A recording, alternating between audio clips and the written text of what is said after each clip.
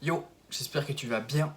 Moi ça va nickel, comme d'hab. Alors, pour changer un peu des vidéos sur la nutrition, je vais te montrer ma semaine d'entraînement, comme j'avais déjà fait il y a quelques semaines. Je vais te parler du coup des exos polyarticulaires, donc majoritairement squat, bench, deadlift, et aussi le RDL, le hip thrust, du Pendlero et un peu de sumo deadlift que j'ai fait vite fait pour un peu m'accommoder au mouvement. Donc du coup, lundi, je vais te montrer uniquement le squat de lundi. Donc je vais te montrer les séries d'échauffement. Alors, en première série, je fais juste la barre. Mais bon, là, je te l'ai pas montré parce que montrer la barre à vide, c'est pas très intéressant.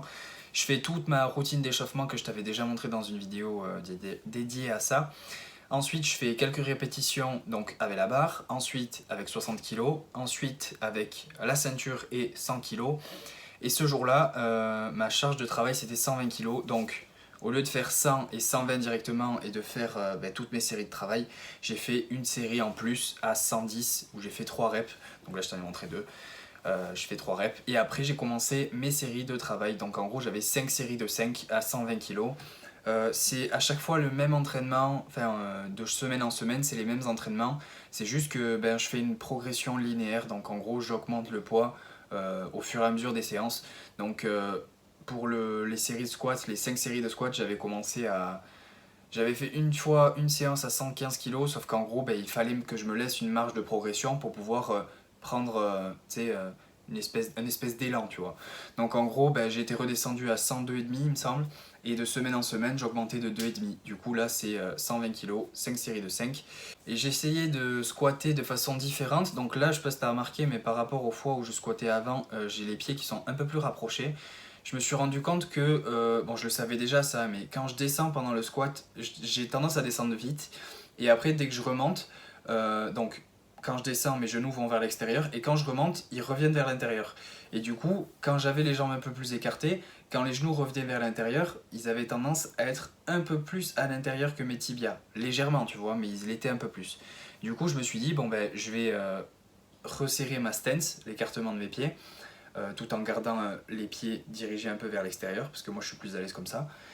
Et vu que j'ai resserré ma stance, genre quand je vais descendre, mes genoux vont sortir vers l'extérieur, sauf que quand je vais remonter, ils vont se réaligner à mes tibias, et du coup mes tibias et mes genoux et mes chevilles seront alignés et perpendiculaires au sol, tu vois.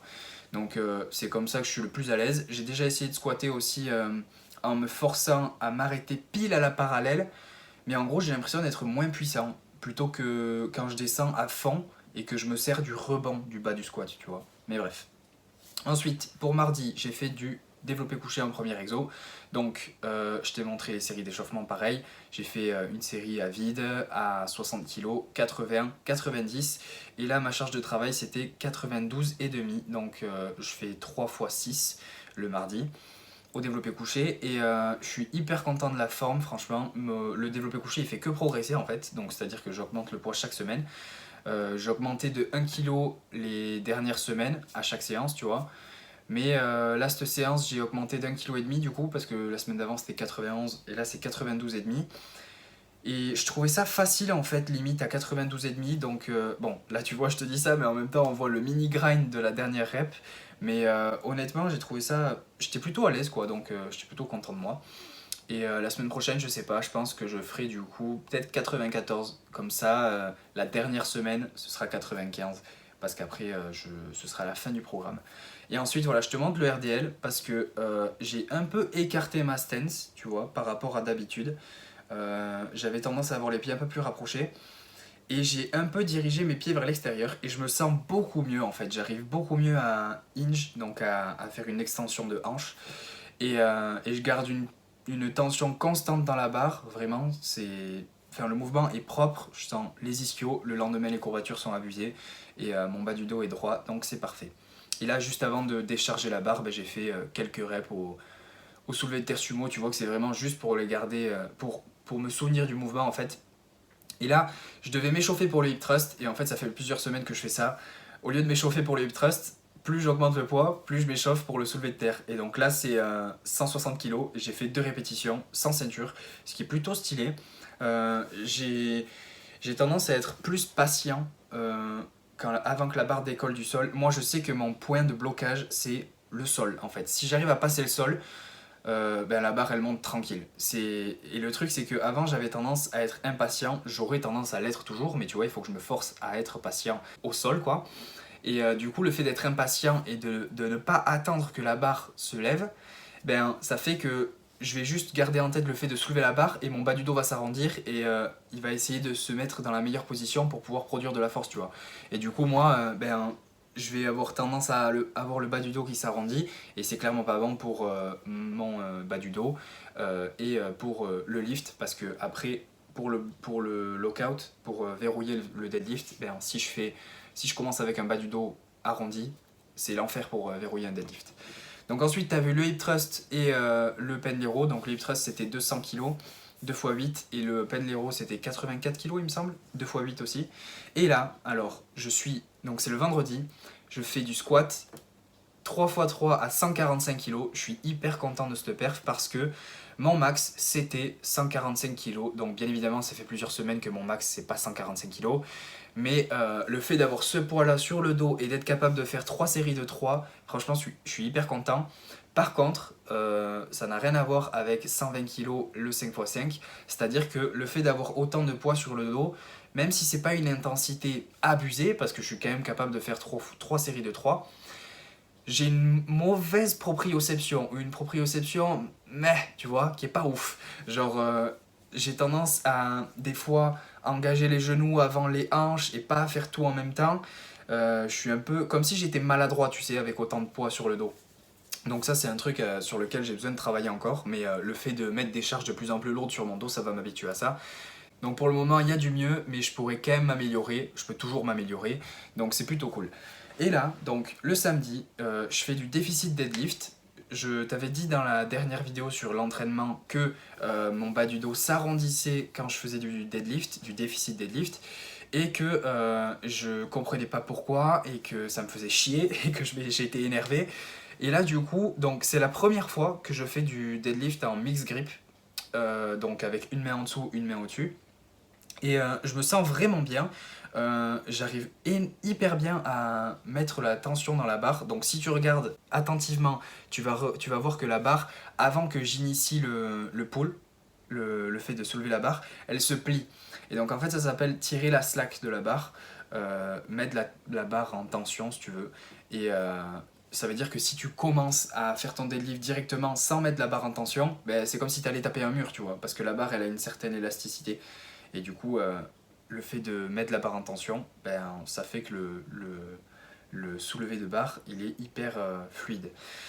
Et donc là, donc je te montre vraiment mes séries. J'ai fait 3x3, 147,5. Je suis plutôt content parce que mon bas du dos est resté droit. Sauf sur cette dernière rep, et tu le vois un peu vers la fin, j'ai plus de poids à gauche. Et c'est parce qu'en fait, ma main en dessous, je l'ai un peu trop rapprochée de moi. Ce qui fait que j'avais plus de poids à gauche et du coup mon corps était déséquilibré. Donc ça c'est un truc sur lequel il faut que je fasse attention, à vraiment avoir un bon écartement entre mes deux mains et surtout que ce soit symétrique. Étant donné que ben, une main en dessous, une main au-dessus c'est asymétrique, si en plus de ça j'ai pas la même distance entre les mains, c'est l'enfer. Et du coup, là voilà, c'est le développé couché que j'ai fait juste après le déficit deadlift. C'était 3 x 8 à 89 kg. Je suis très content aussi, mais laisse tomber le grind. J'étais torse nu là pour la dernière série. J'ai fait mes 2 autres séries avant avec le t-shirt, sauf que je glissais sur le banc en fait. Et ça fait que j'arrivais pas à faire. J'arrivais à garder un bon pontage, mais j'arrivais pas à avoir le bon leg drive en fait. Donc j'arrivais pas à produire un maximum de force, tu vois, vu que j'étais pas totalement stable. Mais voilà, j'ai beaucoup parlé. Je suis plutôt content dans l'ensemble quand même parce que je progresse plutôt bien, heureusement d'ailleurs, parce que en ce moment je suis encore en prise de masse pendant 2 semaines. Après je vais faire 2 semaines de maintien calorique avec une baisse du volume de l'entraînement pour me laisser un peu de temps de repos, on va dire entre guillemets. Et je me créerai un programme, donc là ce sera la fin de la période où je me fais coacher, donc avec le programme que je suis en train de faire. Et du coup, je vais commencer à me programmer mes séances, etc. Et je vais remettre le soulevé de terre sumo, parce que je l'avais arrêté contre mon gré, parce que j'avais des douleurs à l'adducteur qui m'irradiaient dans toute la jambe et dans le genou, ce qui faisait que j'arrivais pas à faire le sumo deadlift sans douleur. C'est pour ça que tu vois que j'ai fait quelques reps par-ci par-là, juste pour avoir le mouvement en tête, refaire le mouvement pour me réhabituer et pas recommencer l'entraînement avec beaucoup de volume directement sur le soulevé de terre sumo alors que je serais déshabitué, tu vois. Je veux réhabituer petit à petit ma jambe et mes adducteurs à ce stimulus là, quoi. Donc c'est pour ça que je fais que quelques reps, je compte pas du tout me cramer ou quoi que ce soit, c'est juste pour remettre le mouvement dans ma tête et dans mon corps pour qu'ils comprennent que il va falloir que je le refasse. Voilà. Donc du coup je t'ai dit que j'allais faire 2 semaines encore de prise de masse, ensuite 2 semaines de maintien et ensuite ce sera le début de ma sèche. Donc je te parlerai de tout ça de toute façon dans les semaines à venir. Mais pour le moment c'est tout. C'est la fin de la vidéo, j'espère que tu auras aimé. Si tu as aimé, mets un j'aime, commente pour me dire ce que tu en as pensé. Je te dis à la prochaine, reste positif, peace. Ooh, this time I wanna take it slow.